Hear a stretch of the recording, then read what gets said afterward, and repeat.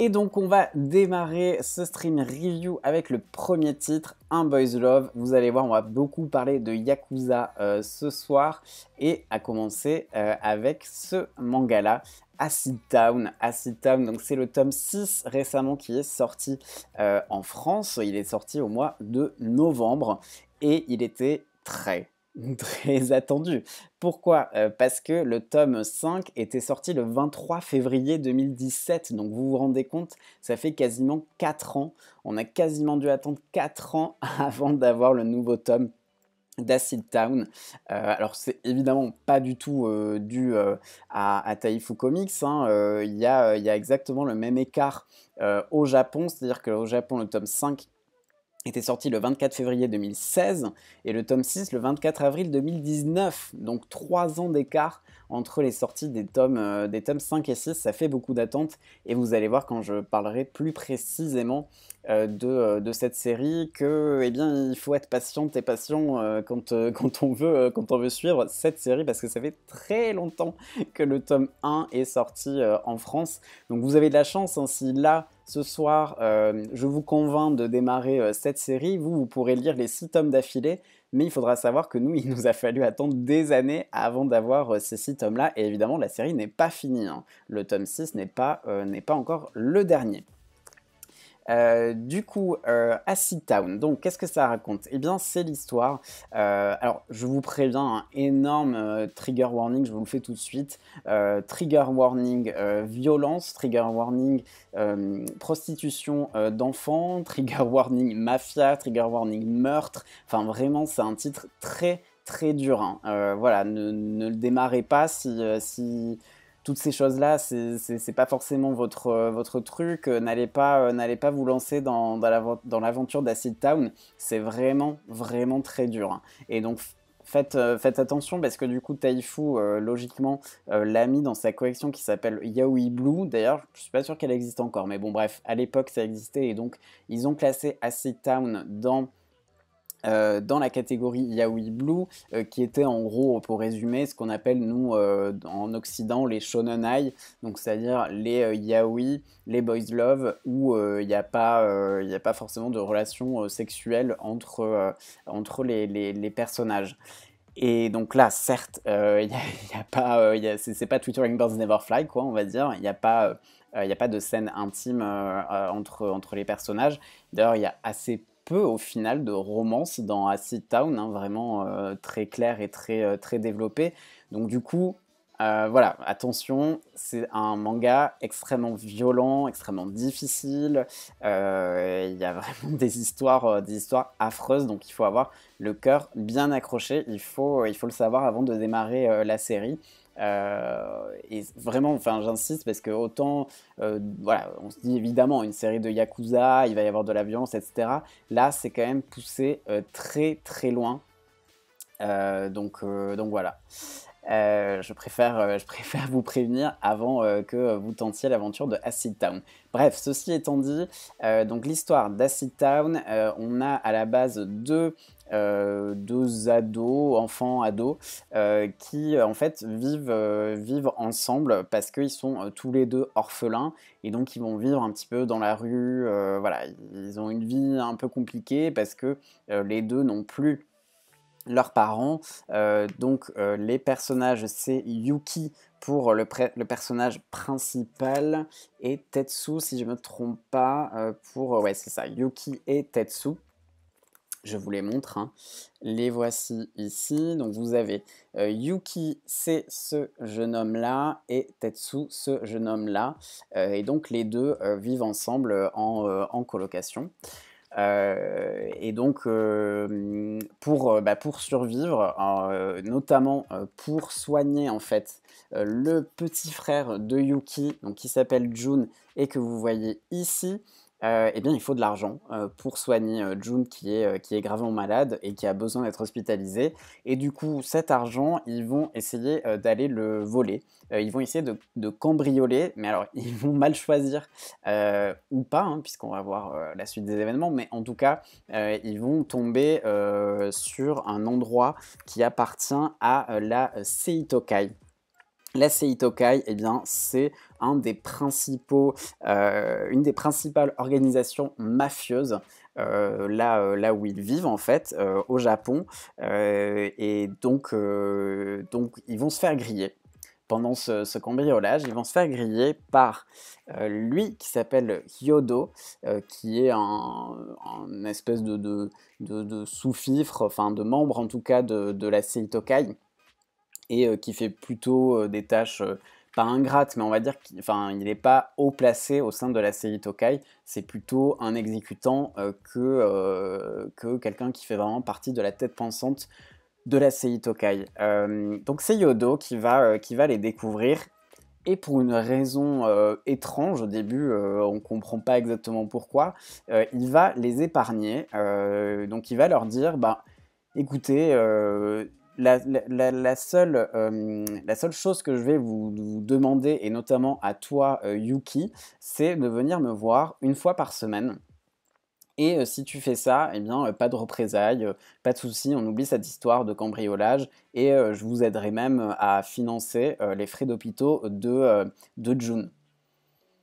Donc là, très bizarre, on se dit quand même un yakuza, un yakuza qui laisse la vie comme ça à des personnes qui ont essayé de le cambrioler, même si c'est des enfants, c'est quand même étrange. Et évidemment, ça va s'expliquer après, il y a une raison très précise à ça, que je ne vais pas vous dire pour pas tout vous spoiler. D'ailleurs, ça va être assez difficile de vous parler de toute la série sans vous spoiler. Et je vais faire très attention à ne pas vous spoiler, puisque je vois dans le chat que vous êtes pas mal à ne pas encore avoir lu la série Acid Town. Donc voilà, je vais laisser les principaux rebondissements sans... Enfin, je vais pas les prononcer ce soir, évidemment.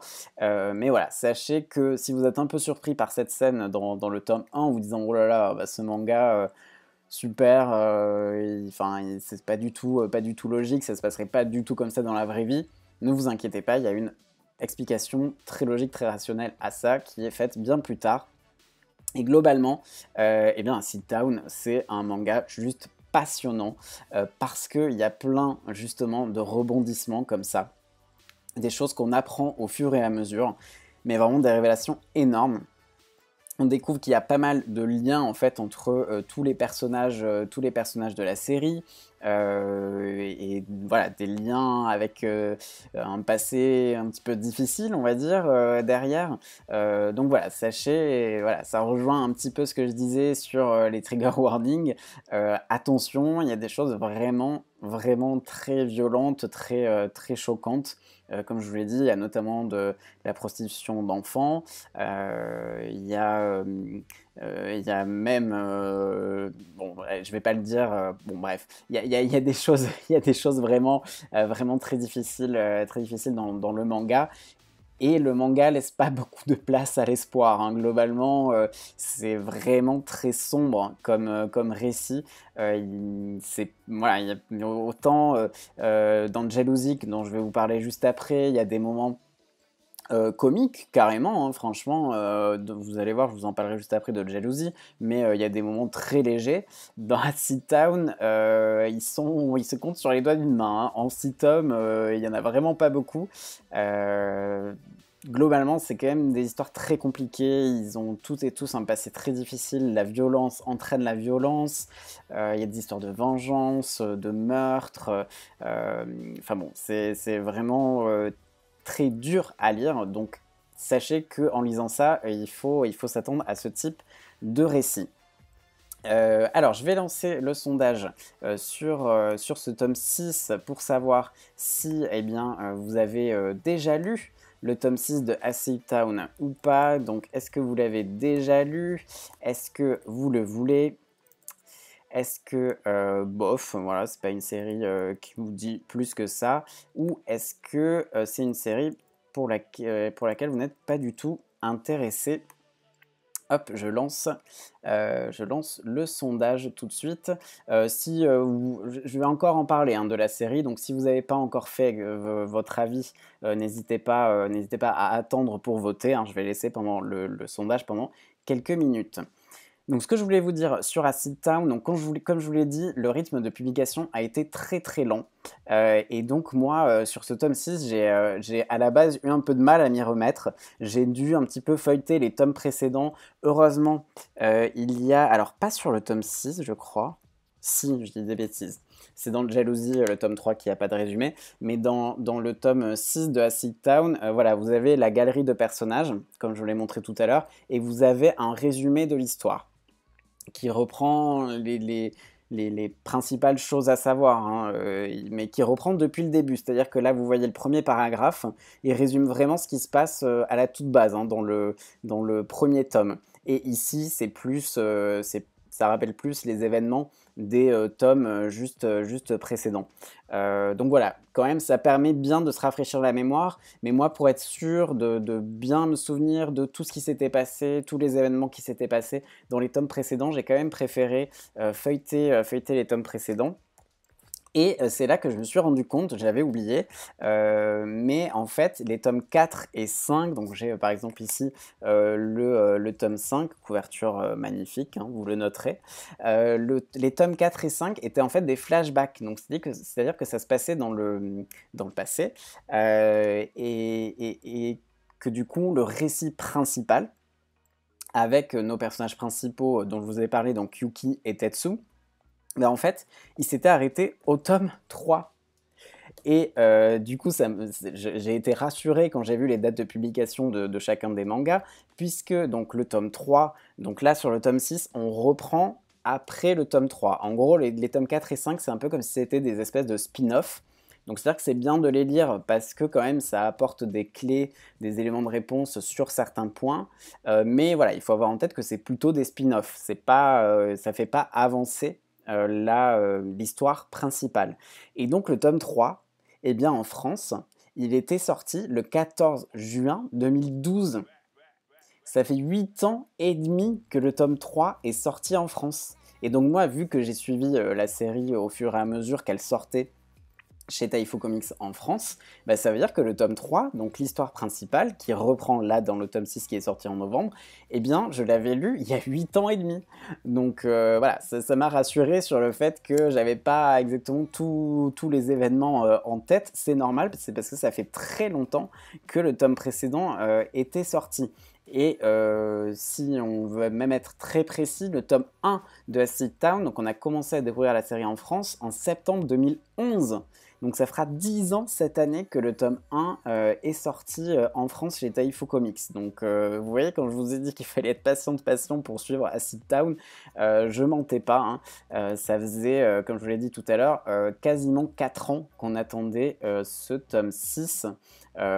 Donc voilà, il faut être patient. Et du coup, le tome 7, potentiellement, puisque, comme je vous l'ai dit, c'est pas Taifu Comics qui est en cause, c'est vraiment le rythme japonais qui est comme ça. Donc, eh bien, pour le tome 7, il va falloir attendre aussi. Sauf que là, il y a un énorme cliffhanger à la fin du tome 6, donc on a tellement hâte de savoir ce qui va se passer au tome 7. Mais en tout cas, voilà, une fois que j'ai lu les résumés, que je me suis rappelé qui étaient les personnages, que j'ai un peu feuilleté mes tomes précédents, bah, j'ai retrouvé toutes les excellentes sensations que j'ai eues à chaque fois que j'ai lu un tome de Acid Town. C'est-à-dire que c'est une série vraiment géniale, extrêmement complexe, à la fois mais dans le bon sens du terme, hein. Complexe dans le sens récit travaillé.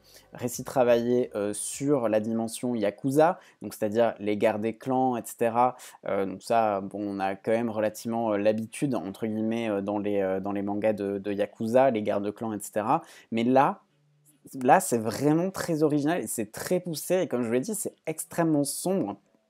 Et du coup, on n'est pas habitué à ce type de récit.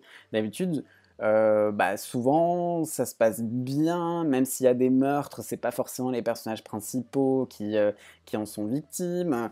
Là, clairement, on se dit que tout peut arriver dans Acid Town. Donc, du coup, il y a vraiment des énormes rebondissements tout au long de la série.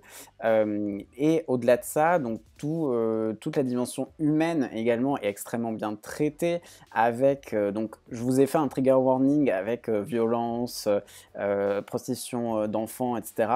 Évidemment, comme je vous l'ai dit, tout ça est montré de manière dure, hein, c'est montré de manière négative.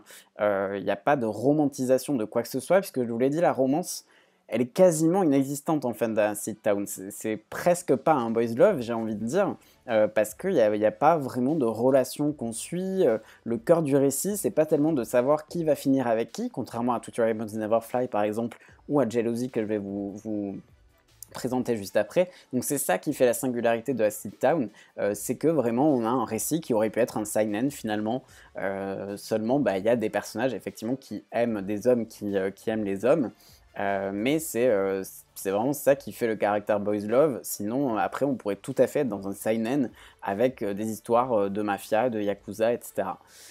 Donc voilà, je peux que vous recommander, si vous ne l'avez pas encore commencé, la lecture d'Acid Town. Alors je vois que les votes, n'hésitez pas si vous n'avez pas encore voté à voter, mais je vois que les votes sont quand même assez serrés, assez partagés.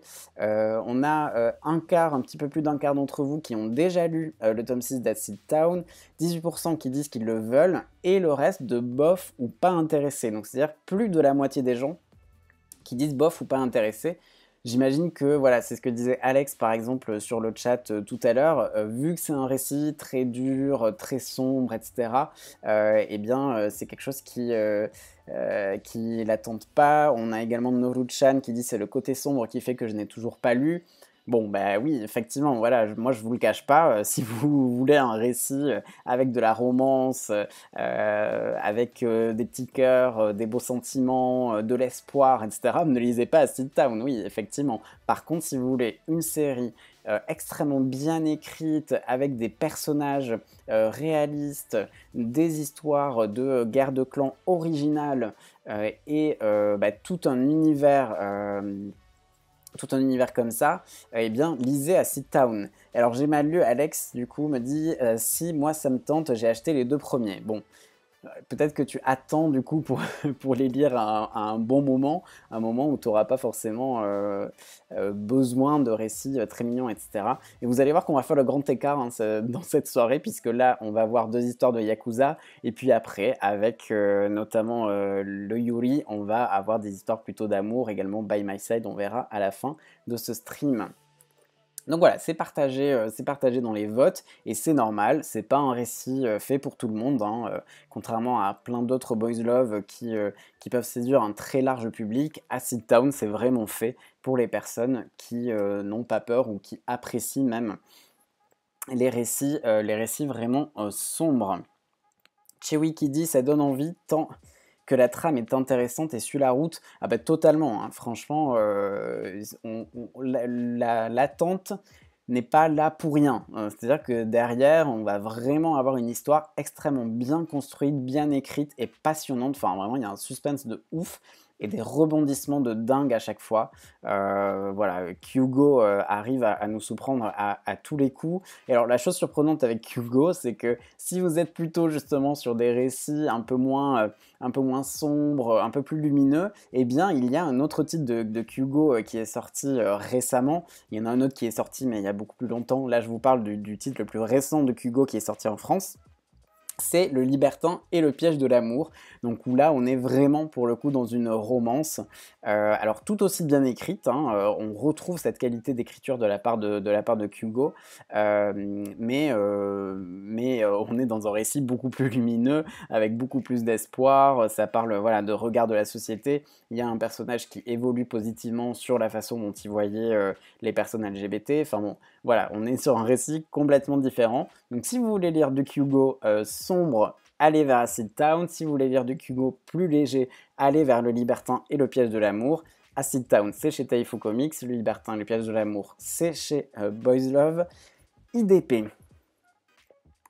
Voilà, du coup, pour ce premier titre, donc Acid Town, voilà, j'avais vraiment envie de vous en parler, mais vu qu'il n'y avait pas de nouveaux tomes qui sortaient, j'avais pas l'occasion.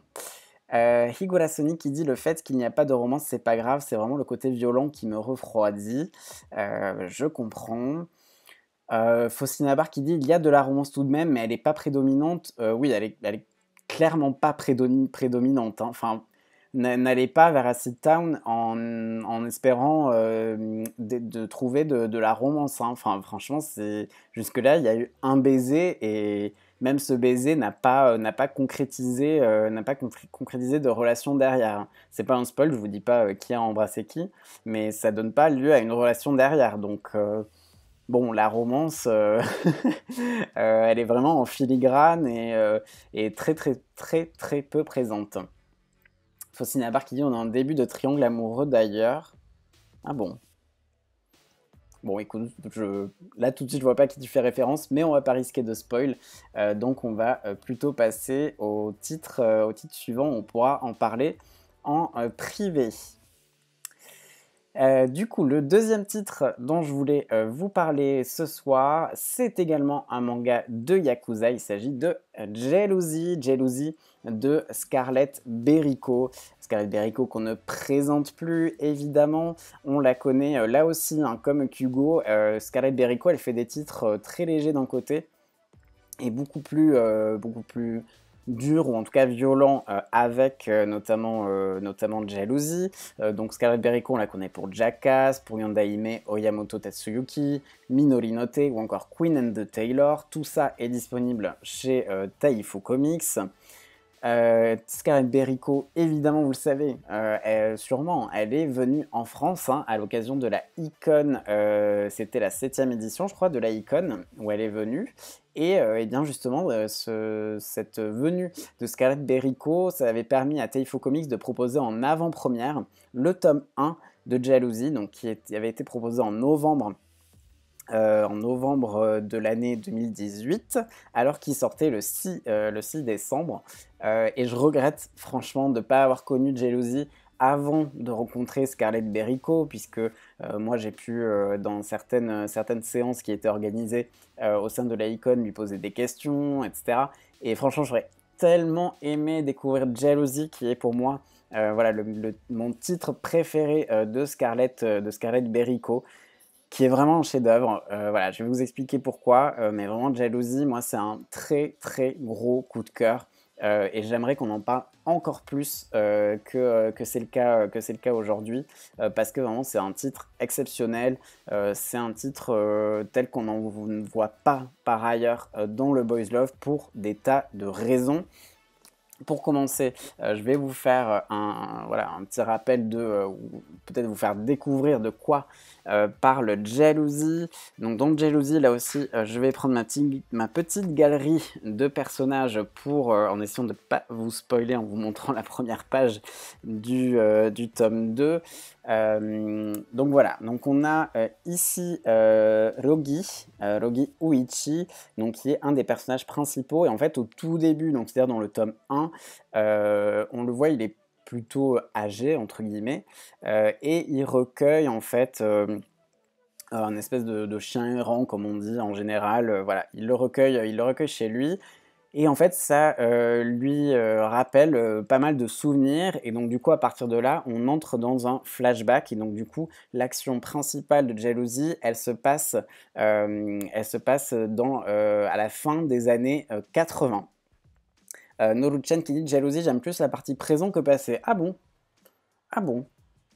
Bah, en plus, la partie présent, elle est pas très présente pour le coup, sans mauvais jeu de mots. On est quand même beaucoup plus ancré dans le passé que dans le présent.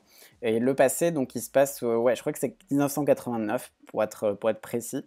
Donc, c'est assez drôle parce que du coup, ils n'ont pas de téléphone portable, etc. Donc, des fois, ils appellent depuis des cabines téléphoniques. Enfin, c'est assez marrant ce côté-là. Mais donc du coup, Logi ici, donc il va se souvenir de sa vingtaine, je crois qu'il a la vingtaine hein, en 89, et notamment donc en fait de son coup de cœur absolu, c'est-à-dire qu'il a croisé dans sa jeunesse un Yakuza qui s'appelle Akitora Oyamoto, que vous voyez ici, qui est le fils du chef d'un grand clan de Yakuza, du coup. Et donc, pour se rapprocher de Akitora, il va en fait aller draguer, enfin, draguer, en tout cas se rapprocher de cette personne-là, qui est lui-même un Yakuza. Donc je vous montre de plus près. Voilà, il s'agit de Handa. Il va se rapprocher de Handa pour en fait essayer de rentrer dans le clan auquel appartient Akitora. Et je vous en dis pas plus parce que si vous n'avez pas lu le tome 1, sinon ça va vous spoiler. Mais en tout cas, voilà, le plot de base c'est ça. C'est vraiment la relation entre Rogi et Akitora. Vraiment une relation complètement passionnelle. Donc, qui dit passion dit aussi des raisons, etc. Enfin, c'est ça qui est vraiment très intéressant à suivre dans Jalousie. Et pourquoi Jalousie Parce qu'on a un troisième personnage qui est Asoda, qui fait d'ailleurs la couverture, c'est lui que vous voyez sur la couverture du tome 3 de Jalousie.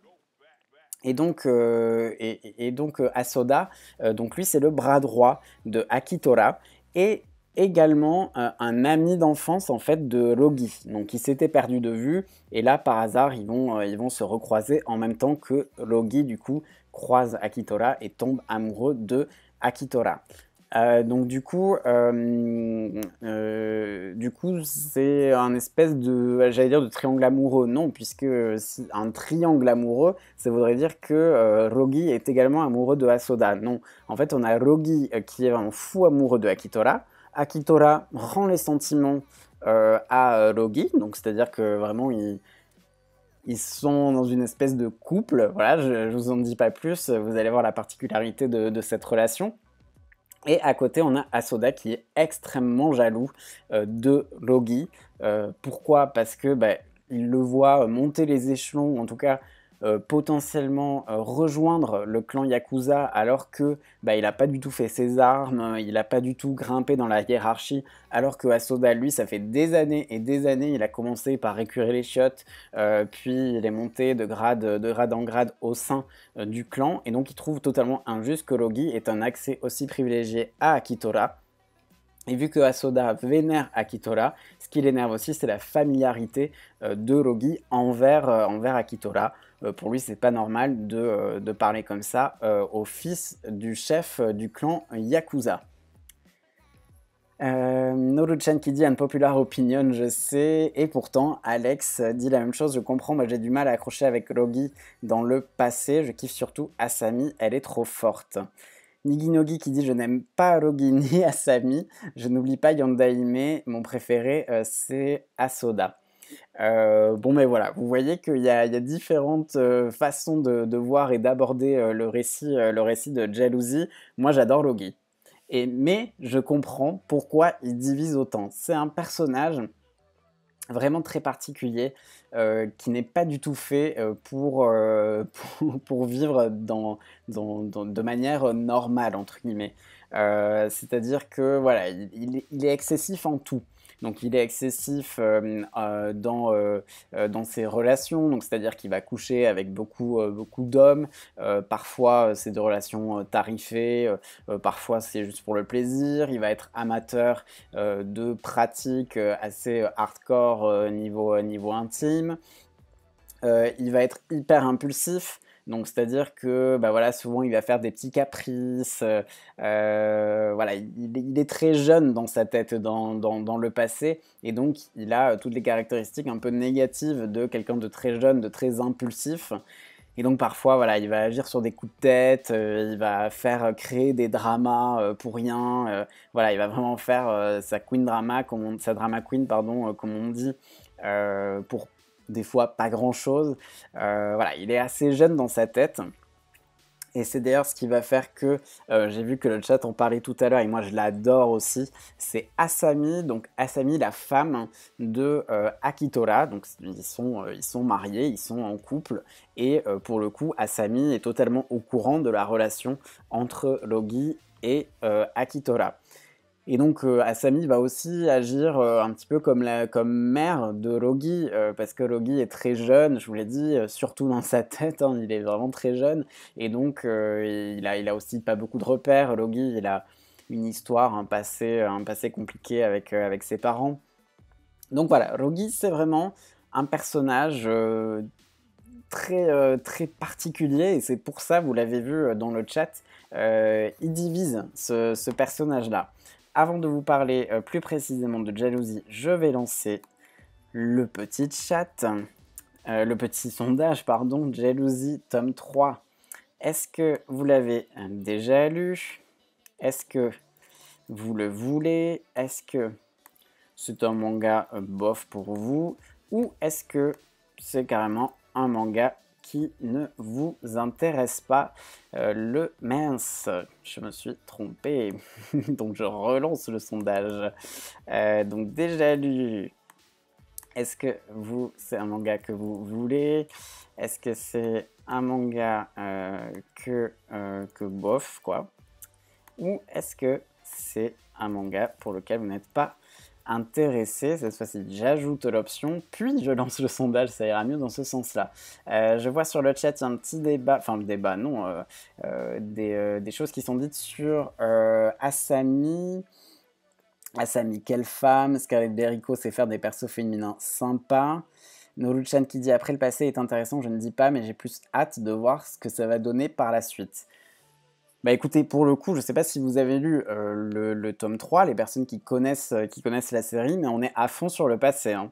Donc je sais pas trop si Scarlett Berrico a l'intention de beaucoup développer ce qui se passe dans le présent. Hein. Moi, j'ai quand même l'impression, sur les 3 premiers tomes, on est très très axé sur le passé des personnages. Hein. Je pense que c'est quand même ce qui va en faire la trame principale. Sinon, sur Jalousie, que vous dire? Vous dire que les dessins sont absolument superbes. Bon, je peux pas trop tout vous montrer de l'illustration du tome 3, mais voilà, vous voyez, c'est vraiment très très beau. On a ici Logi avec un tigre.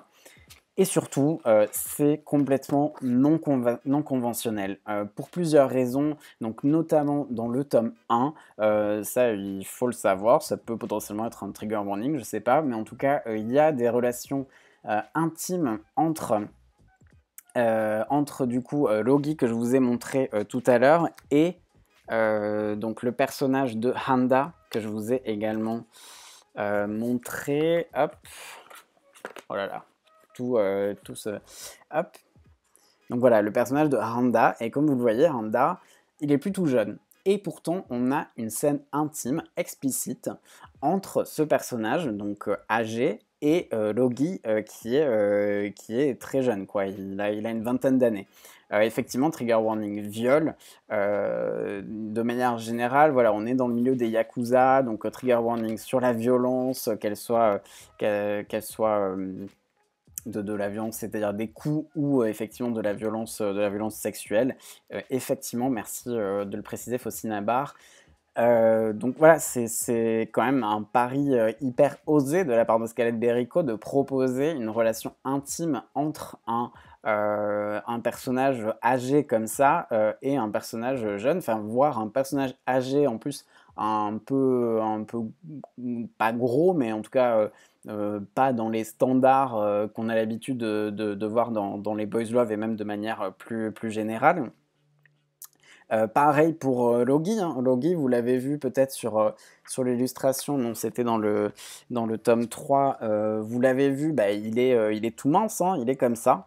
Donc ça aussi, c'est quand même peu conventionnel dans les mangas, de ne pas avoir un personnage un peu baraque, etc. C'est pas courant. Donc moi j'aime bien le fait qu'on ait des personnages qui ne ressemblent pas à des personnages qu'on a l'habitude de voir dans les boys love, donc que ce soit un homme âgé et avec de l'embonpoint, ou inversement Logi, un personnage jeune mais vraiment tout mince et dont le corps est pas du tout dans les codes de la beauté entre guillemets pour les hommes. Enfin voilà, c'est vraiment très original. L'autre point positif, vous en avez parlé sur le chat, c'est effectivement que Scarlett Berrico sait très bien développer des personnages féminins dans ses mangas. D'ailleurs, c'est une remarque, une question qu'on lui avait faite lors de sa venue en France à la Icon, que voilà, c'est assez rare dans les boys love qu'on ait des personnages féminins, ou alors ils sont là un peu en fond pour faire un petit peu avancer l'histoire, mais il n'y a pas vraies histoires développées avec ces personnages-là. Là, Asami, vous l'avez noté sur le chat, hein, elle joue vraiment un rôle dans l'histoire, hein. Elle n'est pas là pour faire la plante verte, elle est vraiment là elle est vraiment là en tant que personnage, quoi. Vraiment, elle est pas là pour rien. Et d'ailleurs, je ne l'ai pas précisé, mais c'est aussi le cas dans Acid Town. On a des personnages féminins aussi, voilà, qui ont vraiment toute une histoire et qui font partie intégrante du scénario. Donc ça, c'est un point commun entre Scarlett Berico et Kyugo, c'est qu'on a vraiment des personnages féminins qui prennent part de manière complète au scénario. Higura Sonic qui du coup s'est laissé tenter. Je verrai si je trouve le tome 1 pour tester. En tout cas, globalement, contrairement à Seed Town où effectivement le côté un peu sombre vous partagez sur le chat et dans les votes. Ici, on a la moitié des votantes et des votants qui ont déjà lu le tome 3 de Jalousie qui est sorti en novembre chez Taifun Comics et 40% qui disent je le veux. Il n'y a qu'une personne qui a voté bof et 0 pour pas intéresser. L'autre chose et la dernière chose que je voulais dire sur Jalousie, je vous ai dit donc Acid Town, c'est un récit très sombre, sans espoir, etc. Dans Jalousie, le côté romance déjà est beaucoup plus développé que dans Acid Town. C'est même presque le cœur du récit, hein, la relation entre Logi et Akitora, avec Asoda comme personnage jaloux de la relation entre les deux hommes. Donc voilà, contrairement à Seed Town où vraiment la romance, il faut bien regarder à la loupe pour la trouver et c'est vraiment pas un élément principal du récit. Là, Jalousie, on est bien sur un boys love, mais un boys love vraiment non conventionnel. Scarlett Berico a ce talent de casser les codes et moi j'adore. Voilà, aller montrer des scènes comme elle le fait dans ses mangas, c'est vraiment remarquable, c'est rafraîchissant, ça fait du bien de lire ce type de boys love et de voir qu'il y a des mangaka qui savent voilà, encore réinventer des choses qui paraissent pourtant acquises dans le boys love. Voilà, Alex qui dit idem en personnage féminin développé par Scarlett Berico. Il y a également la sœur de Keisuke dans Jackass qui est géniale, effectivement. La sœur dans Queen and the Tailor est plus maladroite mais elle reste sympathique. Voilà, globalement c'est un talent et une qualité de Scarlett Berico d'aller vraiment développer des personnages féminins qui font partie intégrante de ces boys love. Donc voilà pour Jalousie que je ne peux du coup que vous recommander. Vous allez vous régaler si vous aimez l'histoire de Yakuza et les histoires d'amour passionnelles, parce que là c'en est vraiment une. Eh bien n'hésitez pas, foncez lire Jalousie. Donc on va sortir à présent du Boys Love et on va, comme je vous l'ai promis, on va aussi quitter l'univers des Yakuza, on va être sur quelque chose de plus sympa, quoique vous allez voir, il y a aussi des zones d'ombre dans ce manga-là et on va basculer du côté shoujo historique disponible aux éditions Ataka. Ataka, bah bien sûr, les fameuses éditions Ataka.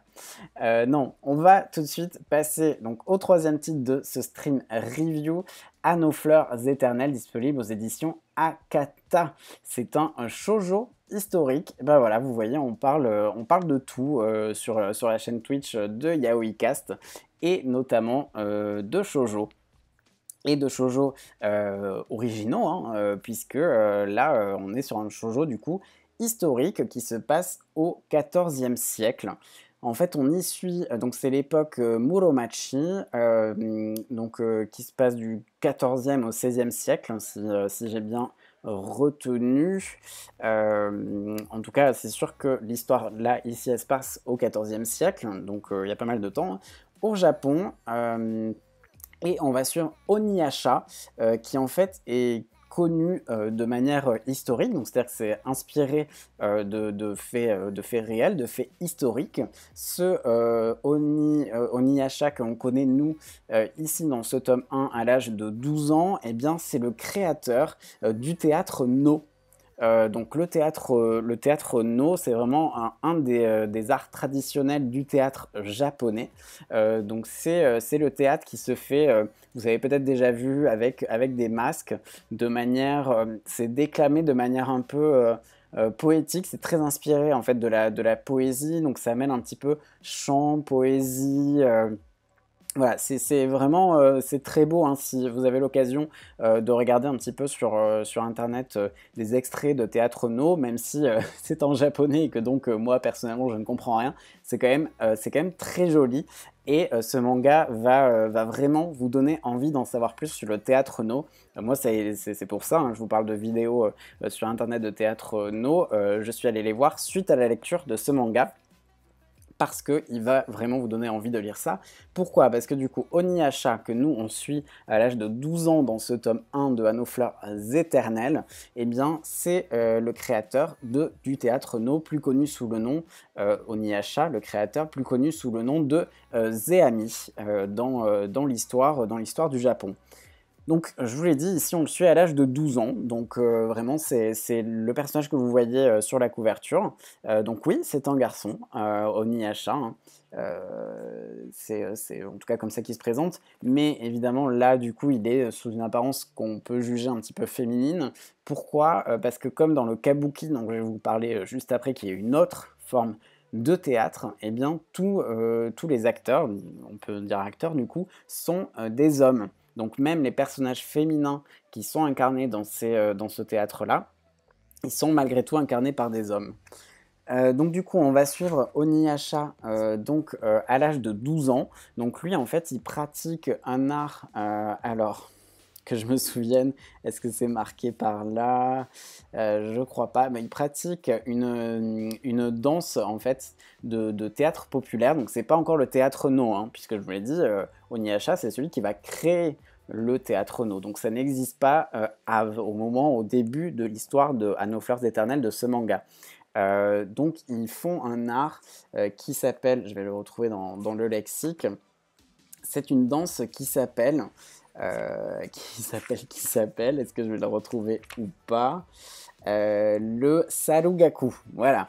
Ils dansent le Sarugaku, donc qui est très proche finalement du théâtre no, vous allez le voir, mais qui pour l'instant ne s'appelle pas comme ça. Donc c'est un théâtre, une forme de théâtre vraiment populaire, puisque c'est pratiqué en fait essentiellement dans les campagnes, donc pas du tout chez les nobles, dans des salles de théâtre ou voilà, dans des milieux un petit peu nobles bourgeois. C'est vraiment un art populaire, un art de rue, et donc Oniyasha est le fils du chef, entre guillemets, de cette troupe donc de danse. J'ai déjà oublié, Saguraka, enfin bon bref, peu importe, de ce théâtre. Donc du coup c'est de la danse avec un petit peu de chant, etc.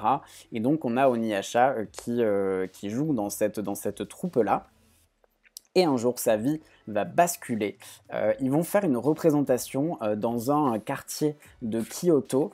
Donc ce quartier de Kyoto, toc toc toc, il s'appelle le district d'Imakumano.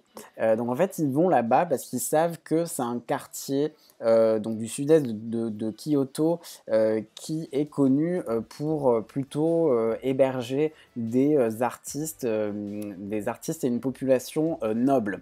Donc du coup, ils se disent, bah, on va essayer d'aller dans ce district-là pour du coup faire nos représentations et peut-être pourquoi pas se faire repérer par des nobles et du coup rendre encore plus populaire et surtout légitimer cet art-là, l'art du Sarugaku. Voilà, Sarugaku.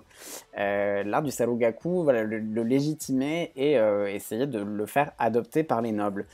Eh bien, stratégie complètement payante, puisque effectivement le shogun, donc la sorte d'empereur de cette époque-là, du XIVe siècle, va en fait tomber sur une représentation de la troupe dont Oniyasha fait partie. Donc vous le voyez ici, le shogun, il est là. Donc il assiste à une représentation de Oniyasha et il va totalement tomber sous le charme de Oniyasha. Et donc du coup, il va l'inviter à rejoindre la cour du shogun.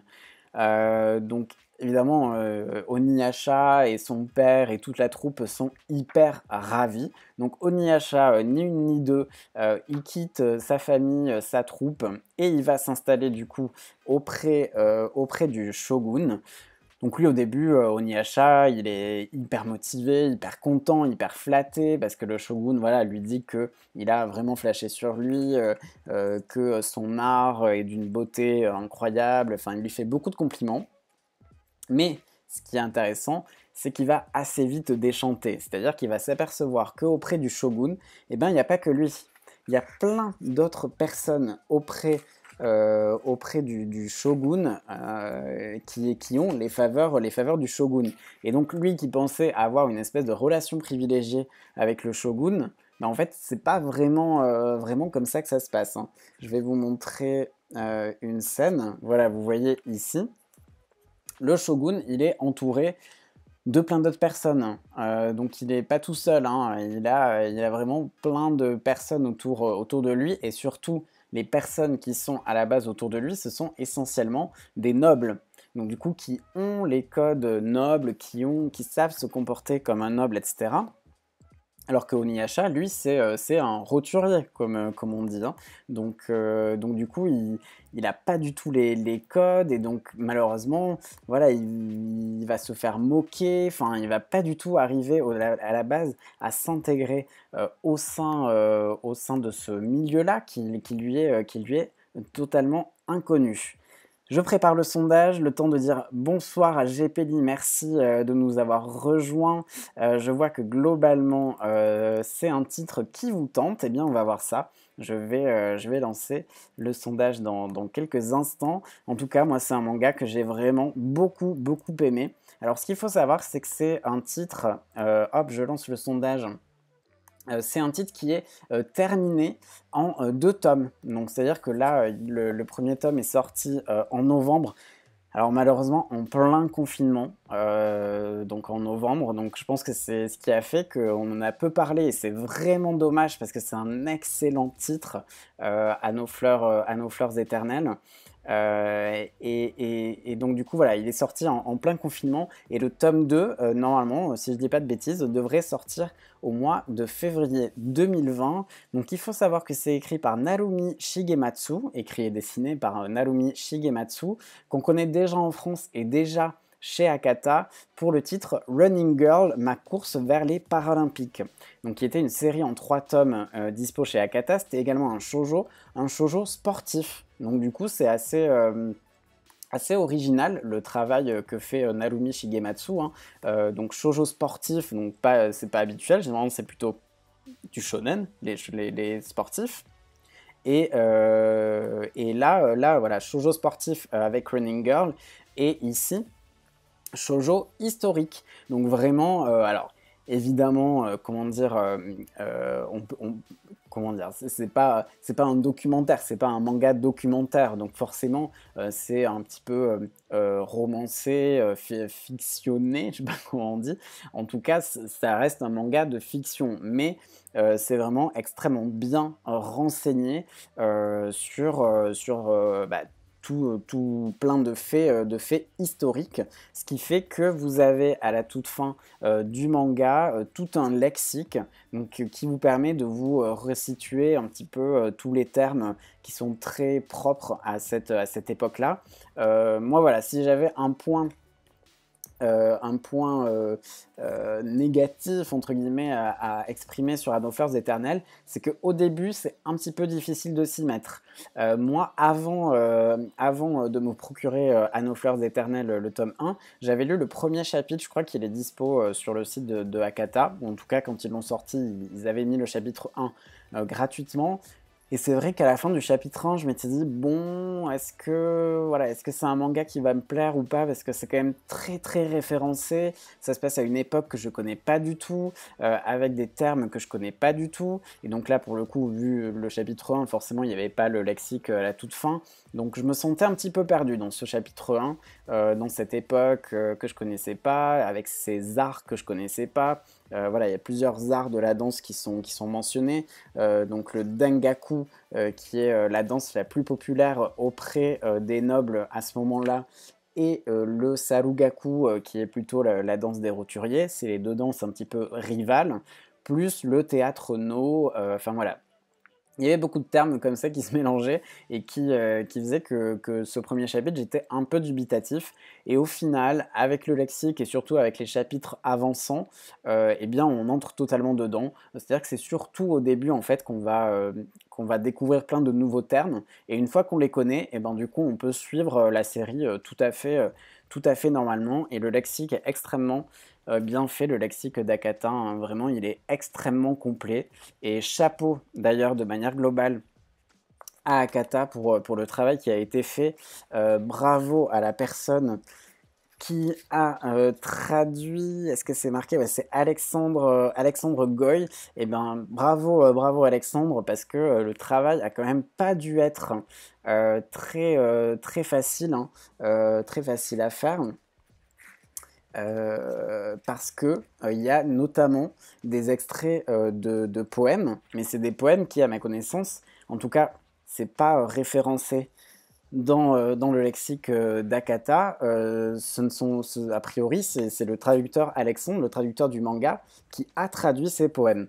Donc je vous en lis un pour que vous vous rendiez compte aussi de la poésie qui est très très présente à nos fleurs éternelles, que ce soit par les dessins. Je voyais tout à l'heure dans le chat quelqu'un mentionnait que les dessins étaient très beaux. Effectivement, on est sur des dessins, voilà, très poétiques.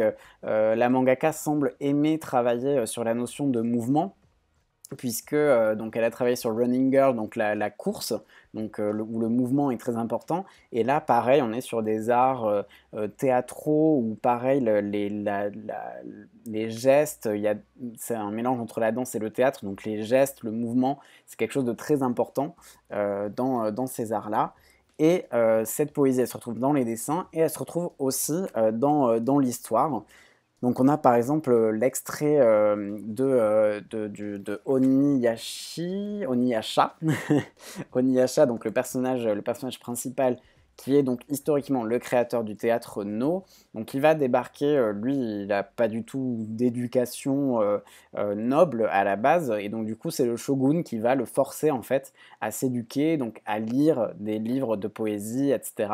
Alors que Oniyasha, lui, tout ce qu'il connaît, c'est les textes de ses représentations de l'art théâtral qu'il pratique. Donc je vous en lis un. Puisse votre règne, ceint de ce manteau de plumes jalousé des cieux, naître par les vents usés ainsi ce rocher. Que les années sous votre autorité, mon Seigneur, soient comme le rocher, disposant de ce manteau de plumes amené ici-bas par la divinité céleste, et se prolongent encore, inaltérables, malgré les attaques du temps. Voilà, je trouve ça très joli. Et donc du coup, on a plusieurs extraits comme ça qui sont référencés, hein, dans le lexique. Donc on nous dit que ça vient notamment du recueil des 10 000 feuilles, en Terre du Nord. Enfin voilà, à chaque fois, on nous précise de quel poème ça vient. Donc là, celui que je vous ai lu, par exemple, je crois que c'était celui-là. C'était couvert de rosée. Et donc chapeau au traducteur, puisque traduire des poèmes, c'est pas évident, puisqu'il faut respecter en fait le nombre de syllabes de chaque vers. Et voilà, ils expliquent d'ailleurs que le travail de traduction a vraiment tenu à respecter ce travail. Ils appellent ça la métrique, donc c'est-à-dire le nombre de syllabes de chaque vers. Donc, du coup, c'est des poèmes qui sont, voilà, ils disent interprétation personnelle du traducteur basée d'abord sur la métrique. Ben bravo, franchement, le travail est super bien fait, parce que les textes, les extraits de poèmes sont vraiment, vraiment très très beaux. Voilà, est-ce que je peux vous montrer? Oui, il y a une page que je voulais vous montrer, parce que je vais la retrouver, qui montre aussi le très beau travail de Akata sur ce titre-là. Voilà, je l'ai retrouvé. Donc vous voyez ici, on a une représentation en fait, une représentation donc de cet art, de moitié chanté, moitié joué, et donc on a en fait les lettres, vous voyez, ici à droite et à gauche, qui sont superbement mises en scène et qui essaient un petit peu de faire vivre à travers le papier cet art-là. Voilà, j'ai trouvé ça vraiment, vraiment remarquable. Très très beau travail d'adaptation de la part de Hakata. Donc vraiment, très belle surprise que ce shoujo historique qui me faisait un peu peur, du fait voilà, que ça se passe dans une époque assez lointaine, que ça se passe dans un Japon que je connaissais pas du tout, voilà, au XIVe siècle, avec des arts que je connaissais pas du tout non plus. Et ben franchement, c'est vraiment un manga qui vous permet d'apprendre plein de choses. Un petit peu comme Momo et Manji, côté Boys Love, qui se passe aussi il y a quelques siècles au Japon, et qui du coup pareil, la mangaka de temps en temps nous donne un petit peu comme ça des définitions, des anecdotes sur les coutumes de l'époque, etc. Mais là on a cette même pédagogie là, et vraiment je pense que le travail de recherche de la mangaka a été très poussé. C'était déjà le cas de Running Girl, puisque ça mettait en scène des athlètes handisport. Et donc, il y avait eu tout un travail de recherche. Il y a notamment une athlète handisport française qui était intervenue sur la chaîne YouTube de Hakata pour dire que bah, ce qui se passait dans le manga était très fidèle à la réalité et que du coup, la mangaka s'était très bien renseignée sur tous ces aspects-là. Bah, là, je pense que c'est la même chose. Il y a énormément de recherches, je pense, historiques qui ont été faites de la part de la mangaka. Et du coup, ça donne un shoujo super intéressant sur l'époque, qui amène pas mal de questions. Et je pense d'ailleurs que le tome 2 va beaucoup être axé. Autant ce tome 1, on était beaucoup sur voilà, un roturier qui arrive dans un milieu de nobles et bah, comment il est moqué, méprisé par les nobles qui sont tout simplement en fait jaloux, hein, jaloux de Oniasha, voilà, qui débarque et qui a les faveurs du shogun plus que d'autres personnes.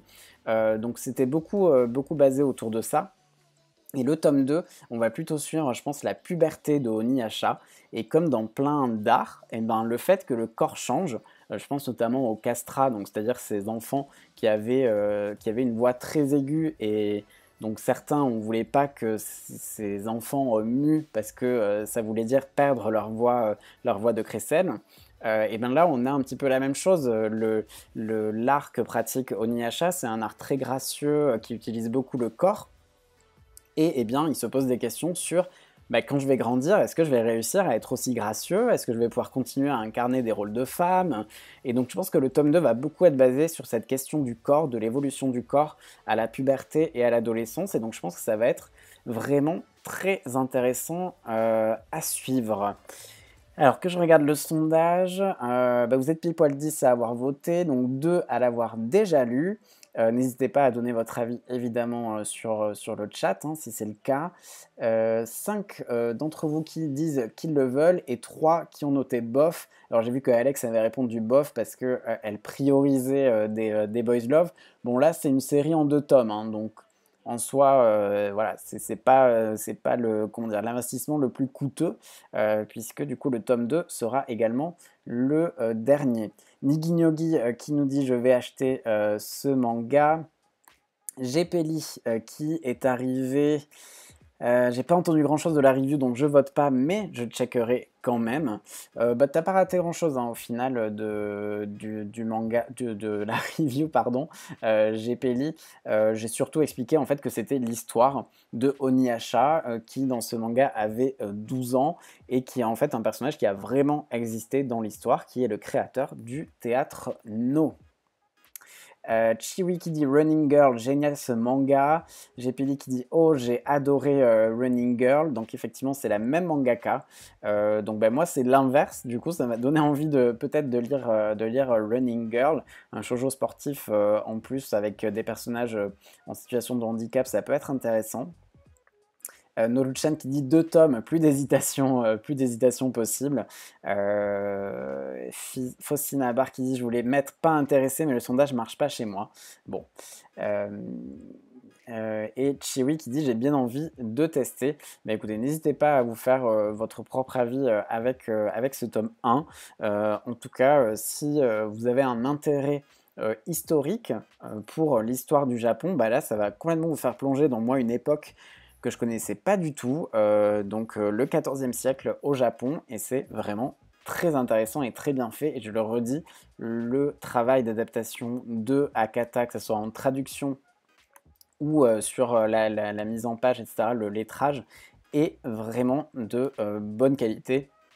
On est habitué avec Akata, mais là, particulièrement, c'est un titre qui était difficile de ce point de vue-là, hein. Donc voilà, avec les traductions de poésie où il faut respecter la métrique, etc., franchement, chapeau. Je profite de ce manga shoujo sur le théâtre No pour vous parler d'un autre coup de cœur, voilà, en très bref, hein, mais vous rappelez que si vous ne l'avez pas encore fait, il faut lire Le Théâtre des Fleurs. Pour le coup, c'est pas un shoujo, c'est un boys love. Le Théâtre des Fleurs. Donc vous voyez, c'est intéressant, j'ai laissé la couverture, hein, de À nos fleurs éternelles exprès, parce qu'on est sur ce même côté très poétique, avec des costumes, etc. Alors, je vous le dis, je le répète, hein, dans À nos fleurs éternelles, c'est le théâtre No, et dans le théâtre des fleurs, c'est le théâtre Kabuki. Ce sont deux arts différents. Dans À nos fleurs éternelles, le théâtre No, ça va plutôt être de l'art chanté, poétique, psalmodié, là où le kabuki va un petit peu plus se rapprocher du théâtre moderne, tel qu'on le connaît par ailleurs, même s'il y a des particularités très japonaises à l'art du kabuki. Mais en tout cas, voilà les principales différences entre le théâtre No de À nos fleurs éternelles et le théâtre kabuki dans le théâtre des fleurs. Donc voilà, je vous montre les différentes covers, toutes plus sublimes les unes que les autres. Donc le théâtre des fleurs, c'est une histoire, hein, très simple entre deux acteurs de théâtre qui font partie de troupes différentes et même presque de troupes un petit peu concurrentes. Et donc ces deux acteurs-là, ces deux comédiens de Kabuki, vont se rapprocher petit à petit, hein. Pour les personnes qui ont lu, voilà, ça se fait progressivement. En tout cas, je vois que sur le chat, il y a déjà des adeptes du théâtre des fleurs. Voilà, si vous êtes intéressé par cet univers du théâtre japonais, bah, sachez qu'avec À nos fleurs éternelles, vous avez le côté théâtre No, et le théâtre des fleurs, lui, est le théâtre Kabuki. Juliette qui dit il est sur ma wishlist, c'est le prochain que j'achète. Et bien tu vas te régaler avec cette lecture. Isaku Natsume, c'est toujours petit à petit, nous dit Fosinabar. Chewi qui dit le théâtre des fleurs est juste incroyable. Bah voilà, c'est validé et survalidé par tout le chat. Japeli qui dit oui, c'est trop bien. Alex qui dit oui, Isaku Natsume. Bon voilà, je vois que le théâtre des fleurs fait déjà l'unanimité dans le chat. Donc si vous n'avez pas encore démarré cette superbe série de Isaku Natsume, eh bien vraiment, allez-y. En attendant, vous pouvez aussi, si vous êtes plus théâtre No, partir sur À nos fleurs éternelles, et pourquoi pas les deux, évidemment. Moi, que ce soit l'un ou l'autre, ça m'a poussé à aller m'intéresser à ces formes de théâtre. Alors GPD, on n'a pas pour l'instant de date de sortie pour le prochain tome du Théâtre des Fleurs. Donc le dernier qui est sorti, c'est le tome 4 que j'ai ici. Et pour l'instant, on n'a pas de nouvelles sur la date de sortie du prochain tome. Mais je crois qu'on a rattrapé en fait le rythme de sortie japonais. Donc ce qui fait que les publications sont un petit peu plus espacées. GPD qui dit, je sais, c'était une question rhétorique. Bon ben voilà. Pas de réponse malheureusement de ce côté-là. Du coup, tac, on a fini pour À nos fleurs éternelles, le shoujo. Maintenant, on va rester... non, on va passer, pardon, justement, on était sur le shoujo, maintenant on va passer du côté du yuri. Et le yuri dont on va parler ce soir, il s'agit de Kase-san et Yamada. Donc Kase-san et Yamada, est-ce qu'on a encore besoin de le présenter? C'est vraiment le Yuri qui cartonne, hein, en France. Vraiment, moi je le vois très souvent ressortir parmi les titres Yuri favoris des lectrices et des lecteurs. Donc il y a une première série, donc je les ai ici, donc qui s'appelle Kase-san, hein, tout court. Alors je les ai pas tous, je sais pas pourquoi j'ai pas retrouvé le volume 1, mais bon bref, en tout cas j'ai tous les autres. Donc vous voyez, ça c'est la première série, la série originale, où on avait donc les deux personnages que vous voyez ici sur la cover. Donc Kase-san c'est elle et Yamada c'est elle. Donc dans ces 5 premiers tomes, bah, du coup on suit l'évolution là aussi, hein, qui se fait petit à petit, de la relation entre ces deux lycéennes, donc au tempérament un petit peu opposé. On a d'un côté Cassé qui est la lycéenne populaire par excellence. Elle fait de l'athlétisme, elle est super sportive, elle est très populaire, elle est très gentille, elle est appréciée de toutes et tous. Et à côté, on a Yamada qui, elle, est dans le club de jardinage et qui, elle, par contre, se fait toute discrète, qui est assez timide, qui n'a pas beaucoup d'amis. Elle a surtout une en fait, amie principalement. Et donc, du coup, ces deux-là, au lycée, vont se rencontrer. Et l'alchimie va faire que, eh bien, elles vont entamer une relation au lycée. Bien que ce soit deux filles, voilà, elles s'interrogent, hein, sur cet aspect-là, surtout Yamada, qui est plutôt traditionnelle, qui normalement préfère rentrer dans les moules dans lesquels on veut la faire rentrer, etc. Donc cette première série de 5 tomes, elle est terminée, c'est disponible chez Taifu Comics, mais l'histoire de ces deux filles n'est pas terminée, puisqu'il y a donc un sequel. Le sequel s'appelle donc, vous le voyez, Kase-san et Yamada. Donc le tome 1 est sorti fin septembre chez Taifu Comics.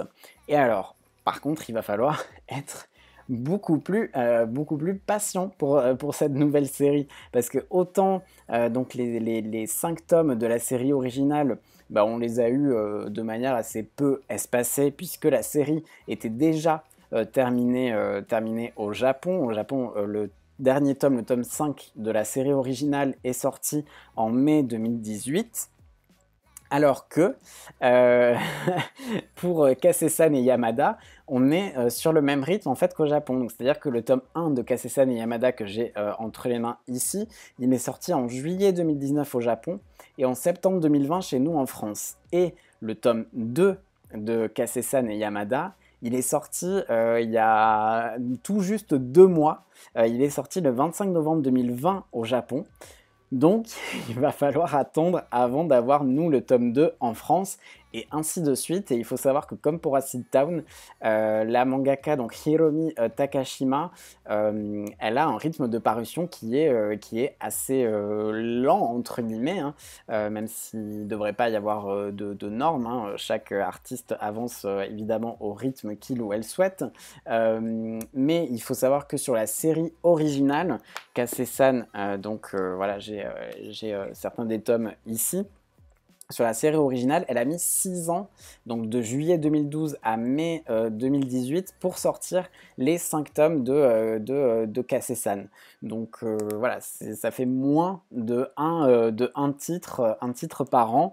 Donc du coup, il va falloir être patient pour avoir la suite de Kase-san et Yamada. Alors Kase-san et Yamada, c'est très simple. Pourquoi un nouveau nom et une nouvelle série qui redémarre au volume 1? Et bien tout simplement parce que maintenant, elles ne sont plus au lycée et elles sont à l'université, donc à Tokyo, toutes les deux. Donc Kase-san, elle a rejoint très logiquement une fac de sport, évidemment, et Yamada, là aussi assez logiquement, elle a rejoint une fac de horticulture. Donc maintenant, elles sont à l'université, elles sont à Tokyo, alors qu'à la base, elles viennent d'une petite campagne. Donc, eh bien, ça change beaucoup de choses pour elles personnellement et aussi dans leur couple. C'est-à-dire qu'elles ont beaucoup moins l'occasion de se voir. Avant, elles se croisaient tous les jours au lycée. Là, elles sont dans deux facs qui sont pas du tout au même endroit. Donc, c'est beaucoup plus difficile pour se voir. Yamada, elle va aussi avoir un petit boulot chez un fleuriste. Donc, ça va pas faciliter le temps libre qu'elle va avoir à consacrer à son couple. Donc voilà, il y a plein de nouvelles problématiques en fait qui sont amenées par le fait qu'elle soit à l'université, et donc c'est très intéressant. Chiwi qui dit, alors celui-là pour le coup je ne connais pas, je ne sais pas trop comment débuter dans le Yuri, je connais juste l'histoire FF écrite par l'auteur-autrice de Nan Hao et Shang Feng. Alors je connais pas du tout, je connais pas du tout, mais en tout cas pour démarrer dans le Yuri, bah, franchement voilà, je vois que Noru-chan est en train également de dire ça sur le chat. Kase-san, c'est une très très bonne porte d'entrée hein, dans le Yuri, parce que c'est un récit vraiment très mignon, très feel good. Voilà, moi le tome 1 je l'ai enfin lu aujourd'hui, il était dans ma pile à lire depuis beaucoup trop longtemps, et ben ça m'a donné le smile quoi, voilà, alors qu'on a eu une journée hyper grise, etc. Et bien franchement ça donne le sourire, et c'est très accessible même à une personne qui n'aurait pas encore lu de Yuri. Hein. Voilà, vraiment, c'est une histoire assez simple, voilà, assez légère. Hein. Concrètement, on voilà, on n'est pas du tout dans les mangas qu'on a vus au début de ce stream-là, loin de là. Là, on est vraiment dans du léger, dans de l'optimisme. Voilà, il y a des petits obstacles comme dans n'importe quel shoujo, dans beaucoup en tout cas de shoujo ou dans beaucoup de boys love, mais ça reste très gentillé et on sait que quoi qu'il en soit, ça va toujours se terminer bien. Voilà, c'est toujours dans cet esprit-là. Donc Chiwi, si tu veux démarrer le Yuri, tu peux te lancer dans la série originale Kase-san. Donc les 5 tomes sont déjà disponibles, donc tu peux acheter l'intégrale si tu veux, ou alors tester le tome 1, puis voir si ça te plaît ou pas, et voir si tu veux continuer ou pas. En tout cas, j'ai lancé le sondage sur Kase-san et Yamada, donc la nouvelle série où elles ne sont plus au lycée mais maintenant à l'université. Et donc c'est disponible évidemment chez Taifu Comics. C'est toujours aussi mignon. Voilà, franchement, en fait, ce qui change beaucoup, je vous avais recommandé à fond Kase-san, là, ça ne change pas. Hein, ça ne change pas. C'est toujours aussi bien. Voilà, c'est toujours aussi mignon. On est super content de retrouver notre petit couple. Hein. Moi, à chaque fois, voilà, sur Kase-san, la série originale, j'avais souvent dit qu'à chaque fois que j'ouvrais un tome de Kase-san, bah, j'avais l'impression de retrouver et de prendre des nouvelles de vieilles amies, vraiment d'amis que je connais bien. Et bien là, on retrouve exactement cette sensation-là. Et le fait d'avoir un nouvel environnement, de nouveaux enjeux, etc., et bien ça donne vraiment envie. Ça donne vraiment envie de découvrir la suite. Il va falloir être un petit peu plus patient que pour la série originale. Alors j'essaie de récupérer vos messages. Chiwi qui dit « Je tenterai alors, mais trop de nouveautés Hana à acheter ». Voilà, il faut effectivement savoir jongler entre les différents titres. Noru-chan qui dit mets-le dans une petite case pour plus tard. Voilà, tu te le mets dans une to-read list, comme on dit, et tu pourras le lire par la suite. Alex qui dit ça a l'air bien. Alors, je sais pas si tu rebondissais sur Kase-san ou sur ce que quelqu'un recommandait dans le chat. Noru-chan qui dit elles sont adorables. Bah voilà, Kase-san et Yamada, elles sont vraiment trop chou toutes les deux. Higura Sony qui dit oh oui c'est hyper mignon ce manga. Voilà, globalement c'est ce qu'il faut retenir de Kase-san et Yamada, c'est hyper cute et ça va vous donner le smile. Vraiment c'est des histoires assez légères entre guillemets, qui font du bien à lire. Et alors le petit clin d'œil que j'ai fait, vous avez peut-être vu sur Instagram. J'ai essayé de vous retrouver les cases concernées. Ça m'a fait sourire. Voilà, dans ce contexte, on essaie de s'amuser, de ce qui nous arrive malgré le contexte pour essayer de garder un petit peu le sourire. Et donc, en fait, dans le manga, il y a un couvre-feu. En fait, Kase-san, elle est dans une résidence étudiante. Et ils doivent rentrer à la résidence avant une certaine heure. Ce qui fait que, du coup, elle a un couvre-feu.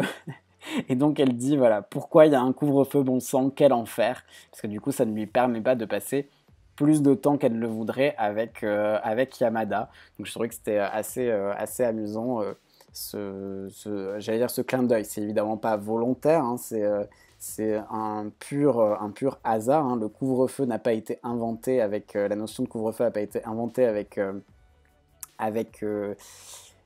avec cette crise-là, mais j'ai trouvé que c'était assez amusant. Voilà, on a une autre référence ici. Voilà, de toute façon, je dois être rentré avant, avant le couvre-feu. Voilà, c'est assez amusant, j'ai trouvé comme petite référence. Exactement, Alex. Comme nous, le couvre-feu et nos chaînes qui déchus de ne pas rappeler ce genre de choses. Mais justement, là, on aborde ça de manière amusante et ça fait partie du ressort comique de Kase-san. Et Yamada, en tout cas, c'est l'unanimité dans côté sondage. Hein. Soit vous avez déjà lu, soit c'est un manga Yuri que vous avez envie de lire. Et donc, je vous rappelle qu'il y aura tout un dossier sur le genre Yuri. Donc, je parlerai évidemment de Kase-san. C'est un des mangas de ma liste pour bien démarrer. Dans ce genre-là du Girls Love, du Yuri. Mais vous saurez aussi d'où ça vient le Yuri, vous saurez en France voilà, qu'il y a eu des énormes échecs commerciaux avec le Yuri, donc pourquoi depuis quelques années ça fonctionne alors que ça n'a jamais fonctionné à chaque initiative de chaque éditeur, ça a toujours fini en catastrophe économique, pourquoi ça marche depuis quelques années, vous le découvrirez dans le Coyote Mag numéro 86 qui sort vendredi prochain. Voilà donc pour Kase-san et Yamada qui voilà, globalement vous a convaincu. Hein, je voulais un petit peu je me suis dit que cette nouvelle série, ce sequel, c'était l'occasion d'en remettre une couche sur le fait que Kase-san, c'est une série géniale et qu'il faut vraiment vous jeter sur cette série, que vous soyez déjà fan de Yuri ou que vous n'ayez pas encore tenté ce genre-là, eh bien foncez découvrir Kase-san. C'est juste un très bon titre, voilà, au-delà de Yuri, Shoujo, c'est juste un très bon titre qui donne le sourire et je pense qu'on en a fortement besoin en ce moment. Et on va terminer avec un titre Boys Love, donc Boys Love IDP, sorti de novembre, dont j'avais pas eu le temps de vous parler la dernière fois. Et il y avait une autre raison, en fait, avant le stream que j'ai fait, c'était il y a déjà 2 semaines, je crois, c'était le 9 janvier, si je me trompe pas, c'est ça. C'était il y a 2 semaines, je vous ai fait un stream spécial Boys Love IDP avec mes lectures des sorties de novembre. Et bien, je n'avais pas eu le temps de lire By My Side, et je vais être totalement franc et transparent, je l'avais mis en fait en bas de ma pile à lire de manga de sortie de novembre de Boys Love IDP parce que sur le papier, c'était pas un manga qui était censé me plaire. Je vous explique, dans By My Side, on a deux choses qu'on rencontre beaucoup trop souvent dans les Boys Love. D'un côté, les amis d'enfance. Donc voilà, les deux, ce sont du coup des amis d'enfance, le couple là. Et d'autre part, il y a ce fameux plot de départ qui est « Oh bah mince, mon meilleur ami m'a surpris en train voilà, d'avoir une relation intime avec moi-même. » J'essaie de ne pas utiliser des mots qu'on ne peut pas utiliser sur Twitch. Mais enfin bon, il m'a surpris en plein moment intime. Voilà. Ça, c'est un truc, le plot de base de Boys Love, qu'on voit malheureusement beaucoup trop souvent. Donc, voilà, j'avais un petit peu d'a priori sur By My Side, donc du coup je l'avais mis tout en bas de ma pile à lire, et je n'avais pas eu le temps de le lire avant le stream review, donc forcément je vous en avais pas parlé. Et bien depuis je l'ai lu, et ben j'ai bien aimé. Voilà, c'est pour ça que je vous en parle ce soir, c'est que ça a été une belle surprise, et ce que j'avais oublié, c'est que By My Side, c'est écrit par Kazuki Natsume. Et Kazuki Natsume, c'est une mangaka qu'on connaît évidemment très bien en France. Elle a sorti Mods, elle a sorti Night Before Night, donc deux mangas qui sont voilà, très durs. Hein. Mods, on est plutôt sur un homme qui est obligé de se prostituer, d'être escort boy pour pouvoir gagner rapidement de l'argent. Night Before Night, on est sur des histoires de mafia, donc des histoires assez dures. Et moi, ce sont ces titres-là de Kazuki Natsume que j'avais en tête. Et donc, je me suis dit, bah tiens, c'est surprenant, elle fait un manga un petit peu plus léger, avec un petit peu plus de romance. C'est assez surprenant, et bon, elle le fait avec un plot vraiment de base entre les amis d'enfance et la scène voilà, oh, il m'a surpris en train d'avoir un moment intime. J'étais assez surpris, et j'avais oublié en fait qu'on a un autre titre, un troisième titre de Kazuki Natsume en français, I Hate, qui est le premier manga de Kazuki Natsume. Et dans I Hate, on avait un recueil de 2 histoires, et c'était déjà 2 couples d'amis d'enfance qui se retrouvaient. C'était la thématique de I Hate, et I Hate, de mémoire, j'avais bien aimé. Et sauf que j'avais oublié, en fait, j'avais plus en mémoire ce one-shot de Kazuki Natsume. Et donc, dans By My Side, eh bien, malgré donc, ce plot de base et comment dire, ces situations un petit peu éculées, un petit peu très utilisées dans les Boys Love, et souvent de manière un peu bateau, eh bien, Kazuki Natsume, elle arrive à en faire un récit hyper intéressant, hyper complexe. Voilà, on se dit le plot de base, bon, il est un peu évident. Voilà, c'est 2 amis d'enfance, forcément ils vont se mettre ensemble au bout d'un moment, blablabla. On a l'impression de connaître très bien la trame en fait de l'histoire, et Kazuki Natsume réussit à nous prendre de court, à faire de ce plot de base très banal, quelque chose de très original. Et donc, voilà, j'avais oublié que Kazuki Natsume était une mangaka talentueuse, et que donc elle arrive à faire de ce plot de base un récit vraiment très intéressant. Voilà, on arrive vraiment à entrer dans la tête de ces 2 personnages, à être surpris par le cours des événements. À un moment donné, je me suis même demandé si ça allait pas, pour une fois, mal finir. C'est-à-dire, d'habitude, on est habitué à ce que dans un boys love, les 2 se mettent ensemble en couple, etc., malgré les obstacles, blablabla. Là, je me suis demandé à un moment si ça allait pas mal terminer. Donc, je vous laisserai découvrir pour quelles raisons j'ai pu penser ça. Mais en tout cas, voilà, j'ai été surpris, ça m'a posé question au fur et à mesure. Et du coup, j'ai vraiment été impliqué dans le récit de By My Side. J'ai été vraiment très agréablement surpris par ce one-shot. Et je vais vous demander, vous, ce que vous en avez pensé, évidemment. C'est le dernier titre qu'on voit ce soir. Donc on a sur le chat, sur le chat Chewy qui dit: pour celles et ceux qui n'ont pas lu I Hate, je vous le conseille. Alex qui dit qu'elle a bien aimé By My Side également. Hop, je suis en train de préparer le sondage. Et moi, voilà, c'est également un one-shot que j'ai bien aimé, et que je vous conseille vraiment si vous voulez être surpris et sortir un petit peu de ce carcan des amis d'enfance et de ce plot de base, donc comme je vous ai dit, qui est trop utilisé et pas forcément toujours de belle manière par les mangaka dans le boys love. Et bien ici, c'est très très bien exploité, c'est très bien utilisé.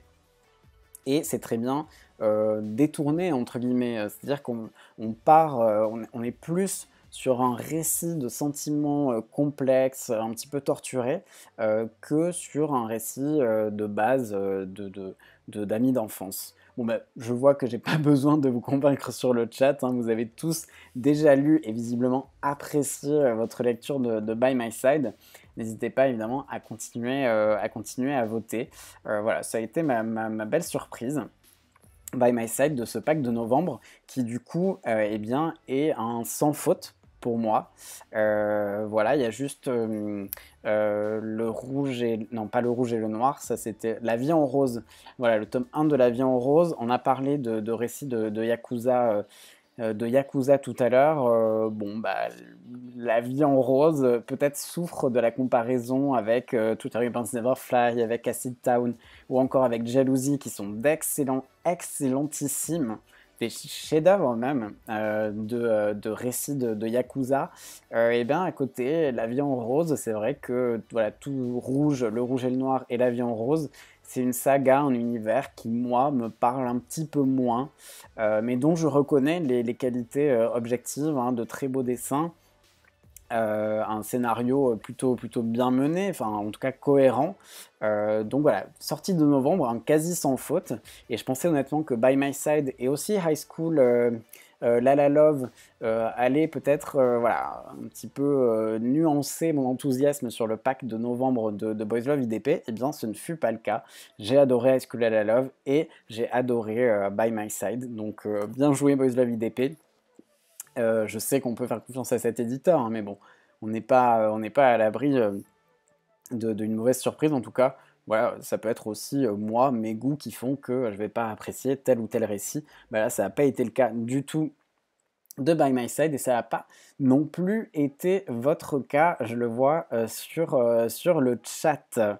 Donc pour rappel, on a vu ce soir à l'instant le Boys Love By My Side, de One Shot de Kazuki Natsume, qui casse les codes des scénarios un petit peu éculés de amis d'enfance, etc. On a vu également Kase-san et Yamada, le sequel de Kase-san. Il s'agit d'un Yuri et d'une histoire extrêmement mignonne entre deux lycéennes.